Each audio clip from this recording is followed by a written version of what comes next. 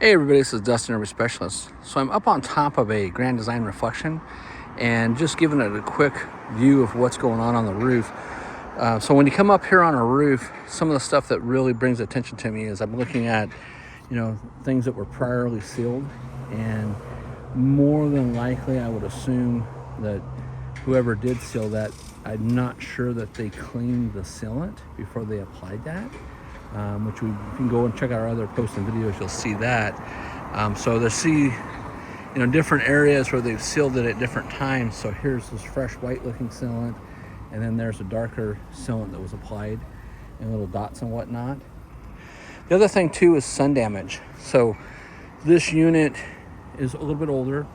I'm not sure what exactly the year it is. I would assume that it's like probably 5 to 10 years old. But these vent lids go bad quite regularly. I've seen other posts and articles I've written on those. We've all seen the dreaded,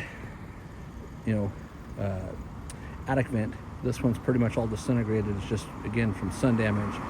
It's actually, they've been touching it up, but it's all cracked and just weathered. So 303 is your friend. When you get up on these roofs, you can apply a 303 UV treatment to skylight, vent lid covers, plumbing vents, attic vents, AC cover, as well as the whole roof surface. Now they do make different cleaners and treatments for the roofs. You can go with what the manufacturers say, you can go with what the different product companies say, but everybody out there sells a rubber roof cleaner and a treatment.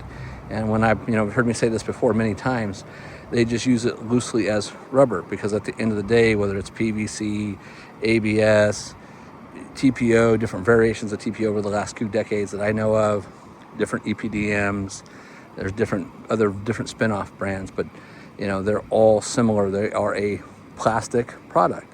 So everything up here, that's a different plastic, that's a different plastic, that's a different plastic, that's a different plastic, that's a different plastic.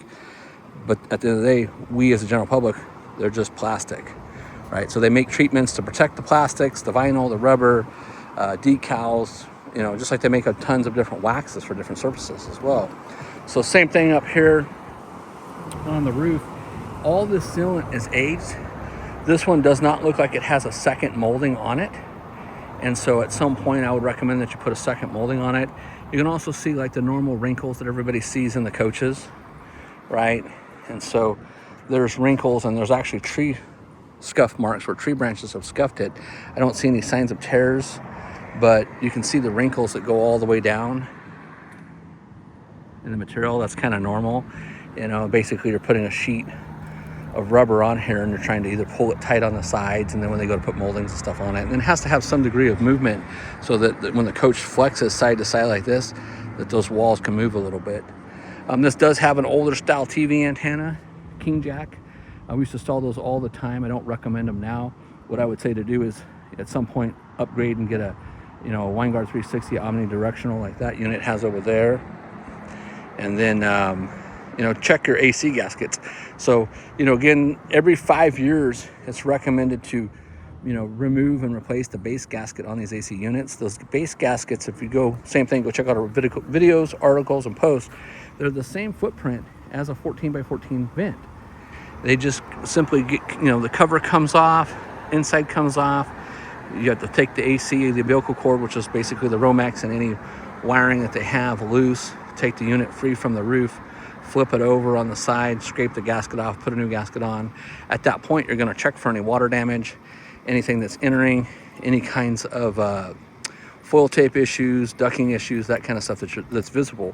You can see here how this AC has been building up water in the back around it. So, make sure when you have a unit on your roof that you either have the front elevated up or down in order to compensate to keep water from building in certain areas.